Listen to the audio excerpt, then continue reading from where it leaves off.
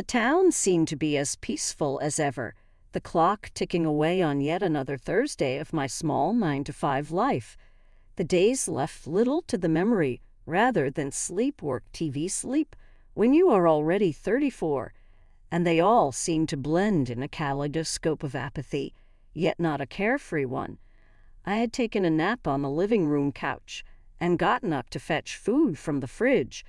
For some reason, the one close by seemed to be the best choice, and soon I found myself in the local grocery store. Among the shelves full of essentials and comfort foods, I ran into Michael, quite literally, considering my notorious clumsiness. He was quite the sight for our small town. In stature, more than one could say about me. Niggle at my self-esteem that I could struggled, really, with my weight. He smiled kindly, already recognizing me from the times at the post office. "Anna Wright?" he inquired. I'm quite sure I turned beet red. Why did this always happen? "I'm Michael. I've seen you around," he continued. He was too nice. With that smile so disarmingly charming and those dark, piercing eyes, I was swooning helplessly. "Thanks," I mumbled, attempting to be funny. "You aren't too bad either." The cringe set in almost instantly. What could someone like that even want with me? And then he popped the question. "Listen, Anna, I was wondering, would you be interested in grabbing a coffee or something? Not particularly scenic. The shop, I mean. But the coffee is amazing." His eyes drilled into mine. I was baffled. Why would someone like him want anything to do with someone like me? In the end, all I could muster was a nonchalant, "Sure, tomorrow after work, is it?" And as usual for the town full of gossips, he walked me home. The thought had left me paralyzed. Was he serious, or was it some elaborate joke? Why on earth would he settle for a pasty office worker like me? The next day I found myself sitting at the same coffee shop waiting for Michael. I was nervously fidgeting with my nervous hands, not even sure he would show up.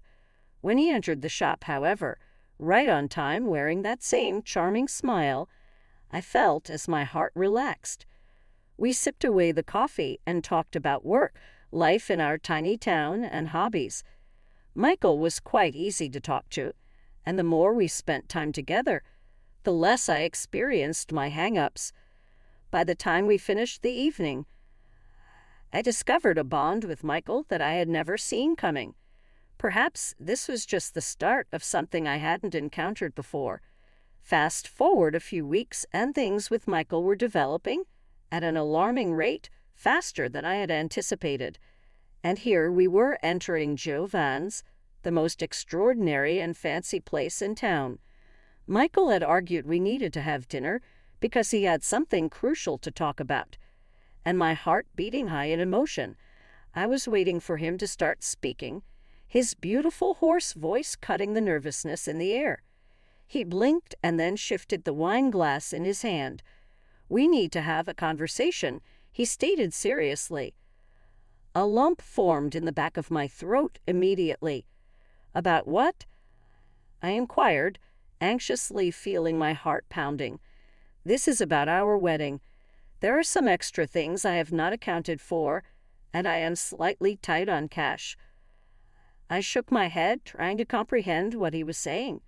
It was not the picture of a romantic moment I imagined. "I'm confused. What do you mean?" "Extra things. There are about 20,000 extra dollars I need to get," he said. "I realize it is a lot, but this is for the extra stuff. Our wedding must be perfect, my love." I felt myself choking on my wine. $20,000, Michael. That is incredibly much money. Where was this money yesterday? I thought we had a budget." He reached and squeezed my hand. I know. "Anna, listen to me. I will be fine. This is just to plan our perfect wedding. Just need your help, that's all. We will sort it out together." The rest of the dinner passed in a blur. All I could think about was Michael's request that I had accepted to pay. But all in all, I was in love and totally trusted Michael. The day after I agreed to Michael's hefty request at Jovan's, he began acting suspiciously. He never put his phone down, and whenever I tried dragging conversation related to the wedding, he would kill it right there. I convinced myself that I was just feeling jittery about the wedding and my finances in general. Nonetheless, 2 days after I chose to give him the money, I came back to my rented apartment, only for Michael to be nowhere in sight. There was no evidence that he had ever even been there. I found a note on the table, and I remember my heart almost stopped. It read, "Anna, thanks for the money. I'm going on a fantastic vacation with my girlfriend. Sorry, but you're too fat and ugly for me. I hope you find a man on your level." I must have read that note so many times, assuming the words would rearrange themselves into something less hurtful. The tempo of betrayal, heartbreak, and embarrassment hit me. And also, he had taken the $20,000 I had given him. I had no one left to call except Lucy. I called her and said, feeling tears start to fall from the corners of my bloodshot eyes, "Lucy, it's over. Michael left me. He took all his things and the money. And he left me a note saying he can't marry a fat girl." I was sniffling, and my heart was a dish rag, torn by emotional turmoil. That son of a, "Are you okay? Do you want me to come over?" It didn't take Lucy long to arrive, and I was still hysterical. She hugged me, allowing me to cry on her shoulder. "How could he do this to you, Anna? I can't believe it." Lucy raged at my shoulders. "I don't understand. I gave him all of it. What am I going to do?" The seriousness of my financial position was sinking in. And I'm fucking broke and heartbroken. It hurts. "First, we get you out of this apartment. You can stay with me for a bit. Then we go to the bank, see about getting a loan or something. Anna, we're getting you out of this mess. You're stronger than you're giving yourself credit for." Lucy's words were nothing but a drop in the bucket. Unfortunately, the following days played out just as she predicted. I moved out from the apartment and stopped myself from letting out a loud, dramatic sob. I called the bank and applied for a loan, piling more debt onto the already unpaid bills from before. I did every little thing to try and piece my life back together. But Michael's betrayal was still breathing down my neck. It felt like things wouldn't get any better because I tried. Really, I tried. I moved in with Lucy, thinking it'd only be for a while. Then those days turned weeks. Every time I looked up, the burden that was what Michael did seemed like it was getting even heavier, not lighter. I felt like I just should have died when I got the news. It was easy, so easy. "I can't believe that jerk did this to you," Lucy said one evening. We were sitting on her couch, a giant mountain of debt papers in front of us, and just away, just left, not even caring about your debts. I took a sip of my tea that did little to comfort me. I was thinking of getting a second job. I could work at the diner in the evenings, maybe the gas station at night. Anything to start paying my debts back. "That's a start, Anna, but I've been thinking, maybe talk to a lawyer. Maybe there's some money there, and get some miles back from Michael." I shook my head. "You really think I have the money to consult a lawyer, Lucy? And let's be honest, Michael's achieved better than the whole leave town without looking back thing. Just vanished into thin air. No one knows where he is." The next weeks ahead turned into an impossible smear of job hunting, rejection letters, despair. Somehow, I managed to land a part-time job in the local diner, but even working there full-time won't help me earn up the money to cover even the loan. But I fought. I really did. And Lucy was there, and I refused. "I'm 34 years old, Lucy. I got this." And that was how a few months passed. I worked 2 jobs, and I was hustling to pay down the loan, So in a tiny apartment I found myself not saying goodbye to the comforting abode of Lucy.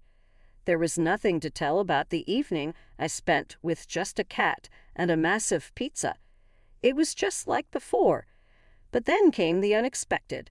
The doorbell buzzed, and I assumed it was the pizza. Sliding a hand over my face to wipe the remaining tears away and pulling down my pajama top, hurried to open the door. I was ready to meet my partner for the night, a large pepperoni pie. But the doorbell was not from the pizza dude. Standing there was a delivery man with the biggest bouquet of roses I have ever seen. He seemed unsure of the address. Anna Smith, he hesitantly asked. Yeah, that's me, but I think you've got the wrong place. I didn't order the flowers, I answered confused. No mistake, ma'am. They are for you, he said, and handed me the card that tagged along with the flowers. My hand shook as I read the note. You are beautiful. I've liked you for a long time, but let's keep it anonymous for now. My heart skipped a beat. But who could have delivered them? I looked at the guy. Who sent these? He shook his head. Sorry, ma'am. I just delivered 'em. I don't know the sender, he said before leaving and closing the door. I stood there holding the bouquet and note, my feelings spinning, confusion, shock, but most of all, a glimmer of hope. It felt like a chance in the dark, like a hand stretched out to save me. I had to tell someone, and won't believe what happened. Lucy, you won't believe what just happened. I got flowers from a secret admirer. I shouted, my mind racing. What? On Valentine's Day? Child, spill. Lucy's voice was a mix of astonishment and curiosity. I proceeded to tell her about the flowers, the note, and embracing the magic of the moment. It was quiet on the other end of the line. Anna, this is absolutely amazing, but also a little creepy, right? Secret admirer and all, Lucy finally said, after a long pause, her voice filled with happiness and concern. I know it's insane, but right now I'll take amazing and a little creepy in my life any time. I replied, smiling for the first time in months. Touche, just be careful, okay? And hey, enjoy the flowers. You deserve to feel beautiful, because you are, Lucy added. I spent the rest of the evening awkwardly glancing at the bouquet on the table and letting my mind wander. This was just a gesture, and I wasn't ready to dive back into dating just yet, but at least this made me feel seen, valued, and most importantly, changed. For the next few days, I woke up waiting for something. Every morning, I would look out the window for a surprise delivery. Then, one day it happened. I was surrounded by paperwork when a delivery guy marched into our office with a package. My heart skipped a beat when he asked for me, and everyone in the office turned silent, watching me sign for it. Looks like someone's got a secret admirer. Mark, one of my colleagues, teased me, leaning against my desk. I tried to shush away the butterflies in my stomach as he chuckled wetly. Yeah, well, don't make me regret telling you. Keep it together, I said, feeling my cheeks grow hot. I couldn't wait until lunch, eager to see what the parcel held. A note and a brooch. The note read, To you, my true love. You are beautiful. I spent the evening telling Lucy about my gift. A few days later, and somehow, by the mystery and kindness of my secret admirer, I found myself walking a little taller, smiling a bit more. Each little act of kindness was chipping away at the walls I had built around myself. Then I chose to put on the brooch and went to my favorite coffee spot after work.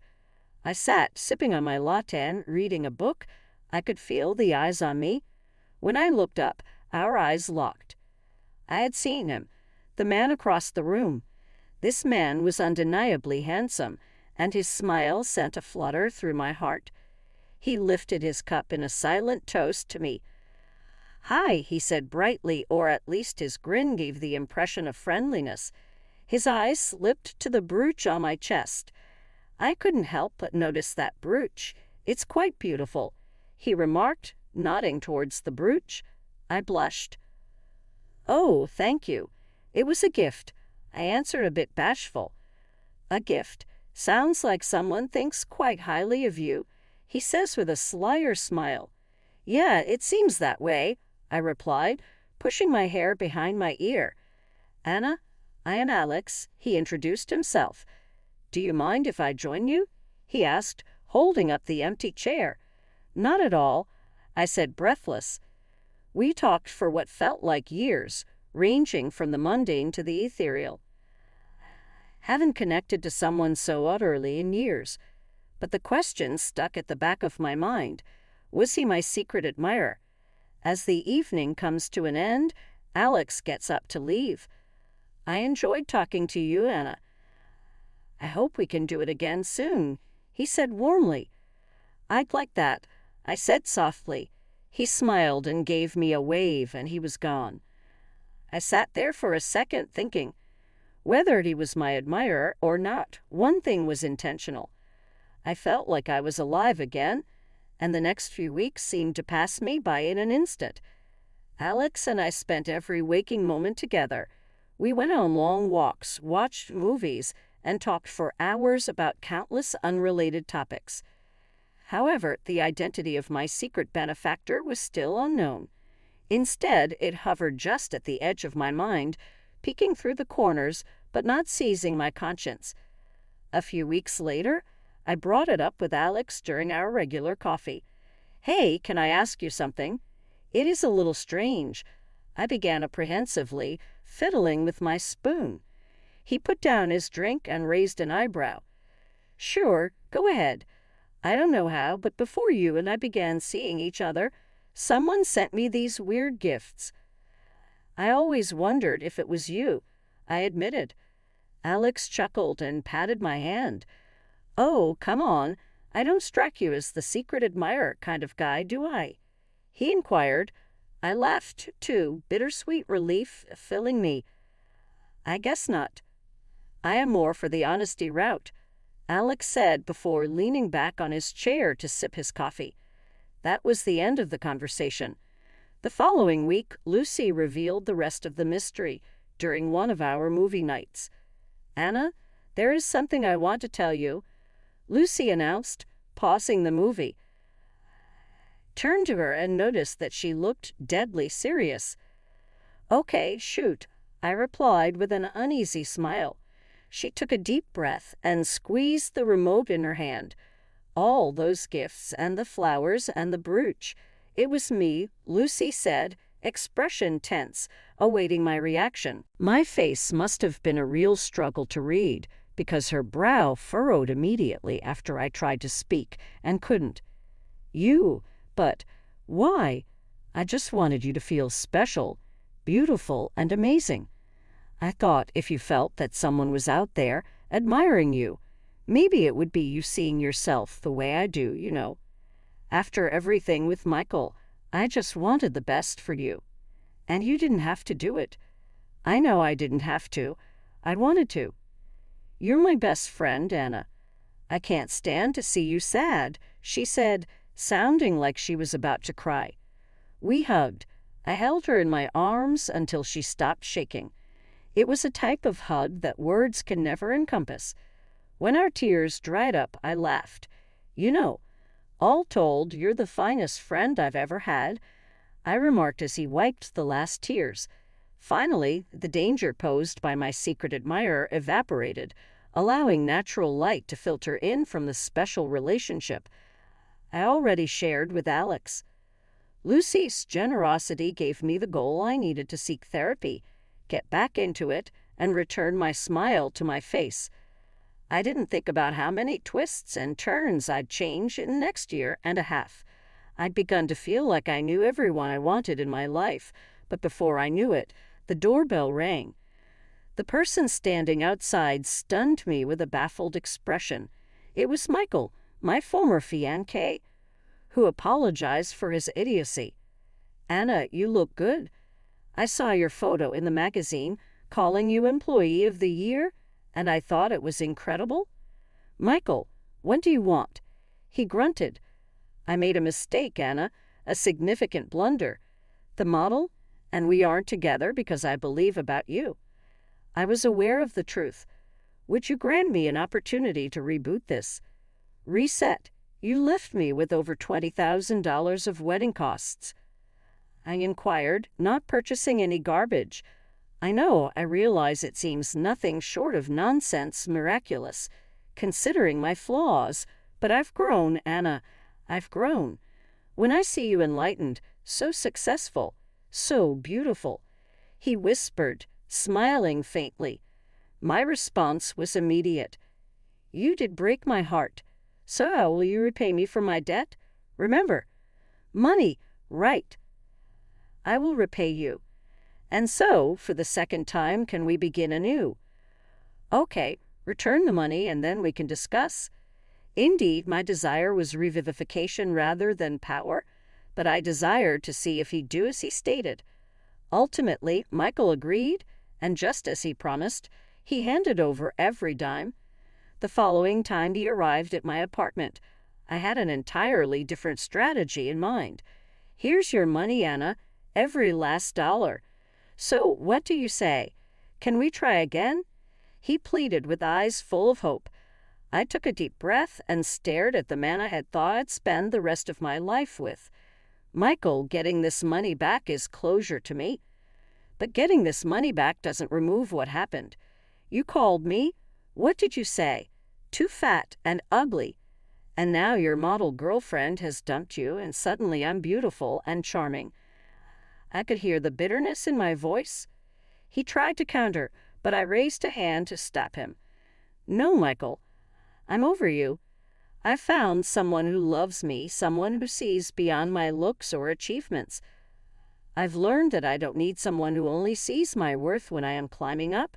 I don't need a traitor. I shut the door behind him, finally feeling that weight off my shoulders. I turned back to the life I recovered from the ashes he had left me, a life overflowing in love, respect, and genuine happiness.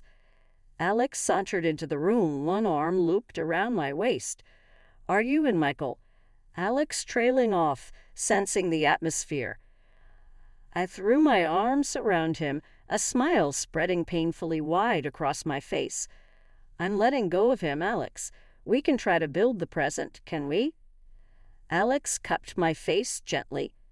Yes, we can, he vowed with a kiss on my forehead. And just like that, the last chapter of my last was closed, freeing me to write a beautiful